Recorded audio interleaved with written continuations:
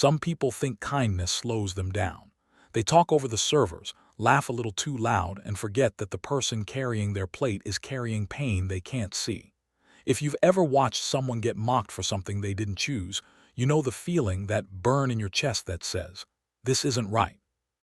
It happened on a weeknight in a crowded diner. A young waitress with a limp steadied a tray, cheeks pink from trying to move fast on a bad leg.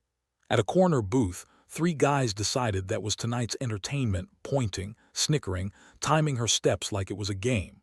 One stuck his foot out as she passed. The room looked away, the laughter rose. And from a quiet table near the window, a chair scraped back.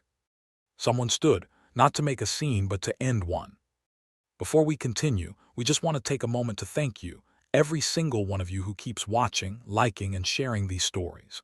You're the reason we get to tell moments like this, stories that remind us there's still kindness, courage, and humanity in this world. If you're enjoying what we do, make sure to hit that like button, subscribe if you haven't already, and let us know in the comments what you think. Now back to the story. The diner was the kind of place that had seen better years. The neon sign outside blinked unevenly. The linoleum floor bore the tired scuff marks of countless night shifts, and the smell of coffee lingered in the air like an old friend who never left.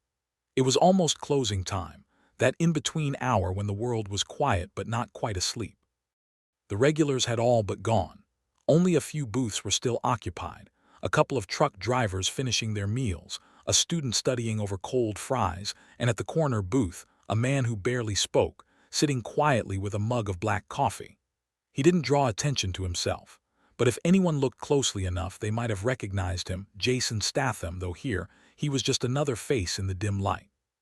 At the counter, Mia adjusted the strap of her apron and tried not to wince as she shifted her weight from one foot to the other. The limp in her left leg had never really gone away since the accident last year. It wasn't terrible, but after a 10-hour shift, every step felt like fire. Still, she smiled, that tired but genuine kind of smile that servers master, the kind that says, "I'm fine," even when they're not. The bell above the door jingled and three men walked in, loud, half-drunk, and full of themselves. You could tell they weren't here for food, they were here to be noticed. "Yo, look at this place," one of them said, his voice echoing too loud in the near-empty diner. "It's like a time machine from the 80s. The second laughed, sliding into a booth like he owned it. "Yeah, man, bet the jukebox still plays Elvis." The third one, tall, lean, the ringleader, snapped his fingers. "Hey, sweetheart," he called toward the counter. "You work here, right?" Mia nodded, putting on her professional smile. "What can I get you guys tonight?" He smirked, leaning back. "How about 3 burgers, fries, and maybe that smile on the house?" The others snickered. Mia just nodded politely and jotted down the order. She'd dealt with worse, this was part of the job, she told herself. Keep calm, keep it moving. But as she turned to walk away, the tall one's eyes dropped to the way she moved, the slight unevenness in her step. He nudged his friend. "Hey, check that out," he whispered, loud enough for the booth beside them to hear. "Our waitress is doing the one-legged shuffle." The laughter burst out before she even made it to the counter. She felt the heat climb to her face but kept walking, head down. She'd learned long ago that the best way to survive humiliation was to pretend it didn't happen. At the back, she leaned against the prep table, exhaling slowly. Her coworker Jen glanced over. "You okay?" "Yeah," Mia lied, "just tired." But her hands trembled as she poured water into the glasses. Back at the corner booth, Jason had been watching. Not staring, observing, like a soldier who's seen too many rooms like this one and knows when something's about to go wrong. He didn't know Mia, but something about the way she held herself, quiet strength beneath exhaustion, reminded him of people he used to protect. People who never asked for trouble but always seemed to find it. The men's laughter got louder as the night went on. They weren't drunk enough to be incoherent, just drunk enough to be cruel. When Mia brought their food, one of them decided to accidentally knock the ketchup bottle over, spilling it across the table and onto the floor. "Oh no," he said mockingly, "look what you made me do." "It's fine," she said softly, grabbing a rag. "Hey," the leader said, grinning, "you sure you can bend down on that leg of yours?" The other two roared with laughter. Something inside her broke a little. She crouched to clean the mess, blinking away tears, praying they wouldn't see. Dee worked too hard to keep this job, too many bills, too many nights going home with sore feet and a forced smile. Jason's jaw tightened. He looked up slowly, eyes narrowing, but he didn't move, not yet. Mia stood, wiping her hands. "Anything else I can get you?" she asked, voice trembling. "Yeah," said the tall one. "How about a little dance? Bet you Dee move funny." The table erupted again. That was when the plate slipped from her hand. The crash silenced the diner. For a second, even the laughter stopped. Her heart dropped to her stomach. "Oh, now you've done it," one of them said. "What can't even hold a plate?" Jason stood up. The scrape of his chair against the tile was sharp, quiet but commanding, the kind of sound that changes the energy in the room. Mia froze. The bullies turned, half smirking, half curious. Jason walked toward them slowly, steady, deliberate, like a man who didn't need to raise his voice to be heard. "You think that's funny?" he asked, his tone calm but edged with steel. The tall one squinted at him, not recognizing him immediately. "What's it to you, mate? You her boyfriend or something?" Jason's gaze didn't waver. "No, just someone who doesn't like seeing cowards pick on people doing their job." The laughter returned, nervous this time. "Hey man," the second guy said, "we're just having a bit of fun. Don't make it a big deal." Jason stepped closer, his shadow stretching across the table. "Oh, it's a big deal." Something in his voice made the air go cold. Even the other customers, the truckers, the student, fell silent. He looked at Mia. "You all right?" She nodded quickly, even though she was. "It's fine, sir, please just—" Jason cut her off gently. "You shouldn't have to say that." He turned back to the men. "Apologize." The leader scoffed. "What?" "You heard me." A pause. The air hung thick between them. One of the men snorted. "You serious? What are you gonna do if we do?" Jason leaned in just slightly, voice low. "You don't want to find out." The ringleader pushed back his chair, standing up to meet him. He was taller, but that didn't matter. Jason's presence filled the room like thunder. "Listen, old man." He didn't get to finish. Jason's hand moved, not a punch, not yet, just a firm push that sent the man stumbling back into the booth. A fork clattered to the floor. "You think it makes you a man to humiliate someone trying to earn a living?" Jason's tone stayed calm, almost eerily so. "You want to act tough? Try picking on someone who will hit back." The men exchanged looks. The laughter was gone now. Jason's eyes burned cold. "Apologize now." The leader hesitated, jaw tightening. Then, realizing everyone in the diner was staring, he muttered, "Sorry." Jason tilted his head, louder. "I said sorry." Jason studied him for a moment, then nodded. "Good, now leave." The three scrambled out of the booth, muttering curses under their breath as they stumbled toward the exit. When the bell jingled behind them, the silence they left behind was deafening. Mia stood frozen, plate shards at her feet, heart pounding. Jason turned to her, his expression softening instantly. "You all right?" She nodded shakily. I didn't want any trouble." "You didn't cause it," he said. "They did." She let out a shaky laugh, half relief, half disbelief. "Thank you." He gave a small nod. "No need to thank me, just doing what anyone decent should have done." But she knew not everyone would have. Jason crouched, helping her pick up the broken pieces of the plate. "You shouldn't have to clean this up alone either." She blinked, realizing who he was only now that the adrenaline was fading. "Wait, aren't you?" He smiled faintly. "Doesn't matter." For the next few minutes they worked in quiet. The diner slowly returned to normal, the hum of the refrigerator, the clink of dishes, the faint sound of rain tapping the window. When they were done, Mia straightened and looked at him. "You didn't have to do that. They could have hurt you." Jason shrugged. "I've met worse." She smiled faintly. "Still, thank you. You didn't even know me." He looked at her, his gaze kind but firm. "Didn't need to." There was a pause. She hesitated, then said quietly, "People don't usually stand up for me." He leaned an elbow on the counter. "Then tonight's different." As Jason went back to his booth, Mia took a deep breath. Something about his words stayed with her, not just what he said, but the way he said it. Like he wasn't trying to be a hero. He just cared. When his check came, she noticed something tucked under the plate, a folded $100 bill and a note. It read, "For the nights you stand tall, even when you're hurting, keep walking. You've got more strength than they'll ever know." She pressed a hand over her mouth, fighting tears. Jason was gone before she could thank him. The door closed behind him quietly, no dramatic exit, no applause, just one man walking into the rain. But everyone in that diner, every person who'd said nothing when the laughter started, would remember that moment. Sometimes it only takes one person to remind the rest of us what courage looks like. Morning came slowly, wrapped in gray clouds and the faint chill of leftover rain. The neon sign outside the diner buzzed back to life, half the bulbs still flickering like a tired heartbeat. Inside, the world looked almost peaceful, coffee brewing, toast popping, the smell of syrup and bacon trying to erase the memory of the night before. Mia arrived early. She always did. She liked the quiet before customers came in, those few minutes where she could pretend everything in her life was steady. But today, that illusion didn't last long. As she tied her apron and wiped down the counter, her mind kept replaying what had happened last night. The laughter, the humiliation, the moment she thought she'd break, and then him, the stranger who stood up when no one else would. Jasonstatham. She still couldn't believe it.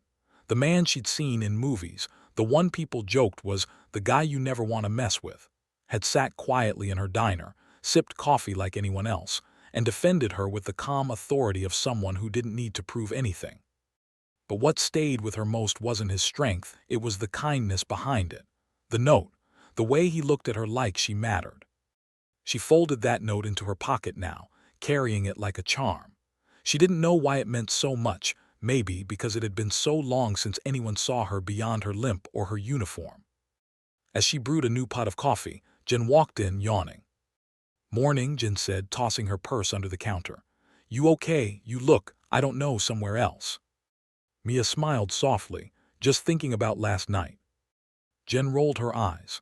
"Yeah, that was crazy. I can't believe those idiots. The way that guy stood up for you though, wow, he had them shaking." Mia chuckled quietly. "Yeah, he was something." "Did you know who he was?" "Not until after," Mia admitted. "He didn't act like someone famous." Jen shrugged. "Guess the real ones don't need to." By midday, the diner filled again. The clatter of forks and soft hum of conversations drowned out the previous night's memory. But peace never lasts long when there are people who thrive on making noise. The door opened, and that familiar jingle, the one Mia now dreaded, filled the room. 3 men stepped inside. The same ones. Mia froze. Her stomach twisted as the leader, the tall one with the slick-back hair, scanned the diner like he owned it. His smirk was back, but colder this time. Jen's face hardened. "Oh, you've got to be kidding me." "Stay calm," Mia whispered. "Maybe they'll just order and go." But deep down, she knew better. The tall man's eyes found her instantly. "Well, well, look who's limping around again." His buddies laughed under their breath as they slid into the same booth as last night. Mia forced a polite smile, heart pounding. "Can I get you anything?" "Yeah," the leader said. "How about an apology for last night? You got my friends embarrassed in front of everyone." Mia blinked. "I got you embarrassed." He leaned forward. "You had that guy come after us, don't play innocent." "I didn't ask him to do anything," she said quietly. "He stood up because you were being cruel." "Cruel?" His grin turned mean. "Sweetheart, you've got it wrong. We were having fun. You people are way too sensitive these days." He looked at her limp again, deliberately this time. "Bet he wouldn't have said a word if you weren't some poor little cripple." The word cut through the air like glass shattering. Jen's hand tightened around a coffee pot. "Hey." "Jen," Mia said softly, shaking her head. "It's fine." But it was. Her throat ached. Her hands trembled as she took their order and walked away. The laughter started again. And then, like the night before, the bell over the door jingled. Jason stepped in. The moment he crossed the threshold, the energy shifted. He wasn't wearing the suit this time, just a black t-shirt and jeans, but there was no mistaking him. Calm, focused, unreadable. He didn't come in looking for a fight. He came in for breakfast. But the world doesn't always let good men rest. The laughter quieted. The leader glanced back, froze for a heartbeat, then forced a cocky grin. Oh, look who it is, the hero. Jason didn't answer. He just took a seat at the counter. Mia approached him hesitantly. You came back. He smiled faintly. Coffee's good here. She laughed quietly despite herself. You sure that's the reason? Jason glanced over his shoulder, eyes briefly scanning the booth of Bullies.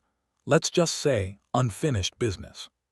Her stomach knotted. Please don't, I don't want any trouble. He looked at her steady. You didn't want trouble last night either. Trouble found you. She didn't know what to say. Jason turned back to his coffee, calm as ever, but behind him the men were stirring. The leader leaned toward his friends, whispering something that made them laugh again. Then he stood and sauntered toward the counter. Hey, he said, sliding into the stool next to Jason. You think you're some kind of tough guy, huh? Big hero saving the poor waitress. Jason didn't look up. You're still talking, that's your first mistake. The man chuckled, glancing at Mia like he wanted an audience. You think just because you're famous, you can come in here and humiliate people. Jason set his cup down. You humiliate yourself. I just give you the chance to realize it. The man's grin faltered for a second, then he leaned in closer. You don't scare me, mate. Jason finally turned his head, his voice calm but deadly soft. That's mistake number 2. Mia's pulse raced. Please, she whispered, don't do this here. Jason sighed quietly. You're right, he stood. Outside's better. The man blinked. What? Jason walked past him toward the door. You wanted my attention. You've got it. Let's see what you do with it. The diner fell silent. Jen froze. The customers watched in hushed disbelief as the two stepped outside, the other bullies hesitating before following. Mia pressed her hand to her mouth.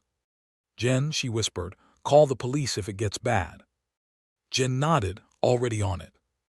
Outside, rain had started again, a soft drizzle painting the streetlights gold. Jason stood calmly, hands at his sides, waiting. The tall man smirked, puffing up his chest. All right, movie star, let's see if you can fight without a script. Jason tilted his head slightly. Last chance to walk away. No answer. The man swung first, wild, fast, angry. Jason didn't move until the last moment. Then, like a dancer, he sidestepped, caught the man's arm and twisted. A single motion, fluid and precise. The man gasped as he hit the pavement. His friends lunged forward. 2 hits, one blocked, one redirected. Both men found themselves on the ground before they knew what happened. Jason didn't strike again. He stood over them, calm as stone. You done? He asked. The leader groaned, clutching his arm. You're dead, you hear me? You're. Jason crouched beside him. No, you're lucky. The man blinked, confused. Jason's voice lowered.